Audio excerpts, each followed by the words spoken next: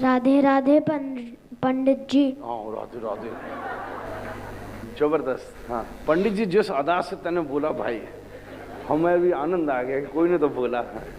हाँ। जब भी हम खेलते हैं, हम लड़ाई हो जाती है, तो हमको गुस्सा को कैसे कंट्रोल करना चाहिए?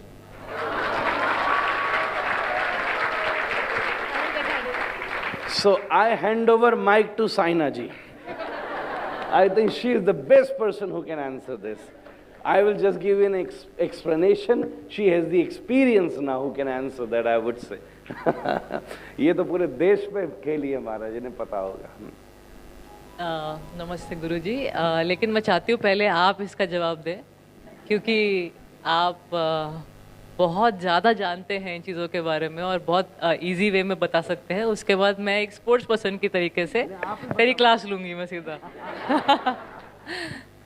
तो आई थिंक ठीक है, अगर मैं स्टार्ट करूँ तो मैं भी आपकी एज में ही खेलना शुरू किया था। आप 7 या 8 के होंगे, 8 साल के हैं। और मुझे लगता है जब मैंने खेलना शुरू किया था तो बस 1-2 चीज़ ही मैं समझती थी, जो मेरे मम्मी पापा बोलेंगे वही मैं करूँगी।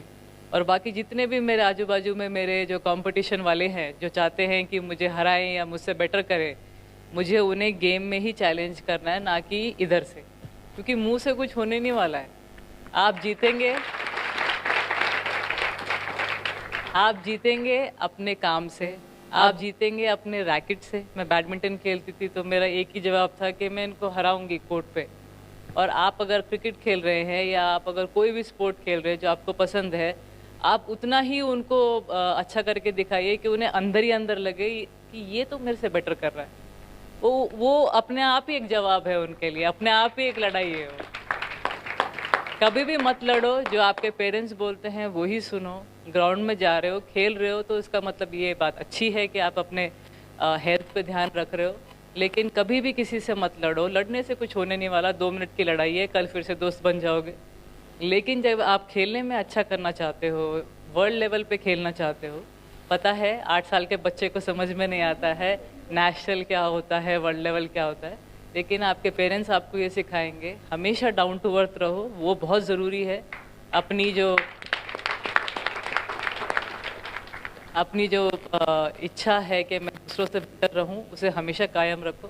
लेकिन कभी भी लड़ाई से मैंने देखा है अपने एक्सपीरियंस से, कुछ नहीं होने वाला। रोगे, अब खाना खाओगे अपना जो मनपसंद खाना है, आइसक्रीम, गोलगप्पे, और उसके बाद भूल भी जाओगे घंटे के बाद, लेकिन अगले दिन से फिर से उनके साथ ही खेलोगे। तो मैं यही बोल सकती हूँ, आप अगले दिन और बेटर करने का सोचो कि उसने मुझे ऐसा बोल कैसे दिया, और उसके बाद देखना कि वो आपसे जल जल के ऐसे ही राख हो जाएगा बिना कुछ बोल के। तो लड़ाई कभी मत करो। हाँ, बाकी आपके पेरेंट्स आपको अच्छी एडवाइस देते ही है। Thank you sir. इससे बेटर आंसर तो मैं भी नहीं दे सकता था, because this answer is with the experience. And सबसे राइट बात आपने कही, and this doesn't just apply with the sports thing. I think पूरी जीवन के हर एक एस्पेक्ट में ये फॉर्मूला काम में आता है। हर एक चीज़ में ये फॉर्मूला काम में आता है। आप कुछ भी कर रहे हो, सही बात है कि कोई लड़ क्यों रहा है, उसके मन में ईर्ष्या है, और किसी के मन में ईर्ष्या इसीलिए है क्योंकि वो पहले ही मान चुका है कि you are better than him और हर। तो इफ़ ही एक्सेप्ट्स दैट, तो 2 ही ऑप्शन होंगे ना। अब वो आपको इरिटेट कर रहा है, आप इरिटेट हो गए, चाहे बाद में लड़ाई में आप जीत गए, पर उसके पहले वो जीत गया क्योंकि उसने आपको पुल डाउन कर दिया। परंतु सबसे बेस्ट सॉल्यूशन तो यही है ना कि जिस कारण से वो जेलस हो रहा है और फिर आपको इरिटेट कर रहा है, आपने अपनी डंडी ही इतनी लंबी कर दी कि उसका हाथ ही वहीं तक नहीं पहुंचा। ये सबसे बड़ी सफलता है। तो ऐसा हमारे साथ खूब सबके साथ, आपकी स्कूल में आप टेस्ट देते हो तो कई बार आप देखना कि बहुत ज़्यादा इंटेलिजेंट जो बच्चा होता है, जो फिर थोड़े एंजॉय करने वाले बच्चे, तो स्पेशली जो बुकवॉर्म एंड द स्पोर्ट्समैन के बीच में भी ये क्लैश कई बार होता है कि वाह ये तो 24 घंटा पढ़ते ही रहता है।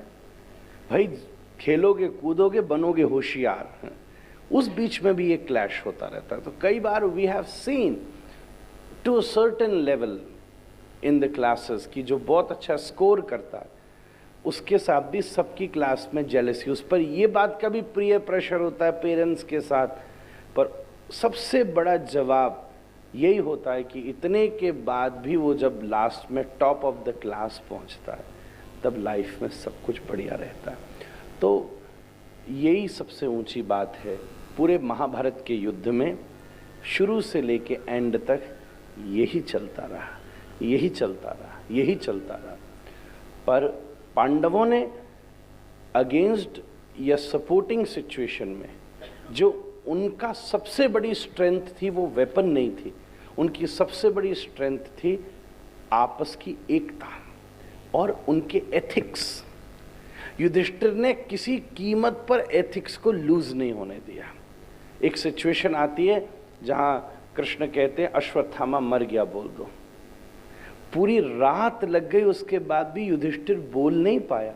तो एक सिचुएशन क्रिएट की गई कि जोर जोर से हाथी हल्ला मचाने लग जाएं जिससे द्रोणाचार्य को यह सुनाई न दे कि हाथी मरा, कि उसका बेटा मरा। जैसे तैसे पॉलिटिकली सेट करके श्री कृष्ण ने उसको आगे पार किया।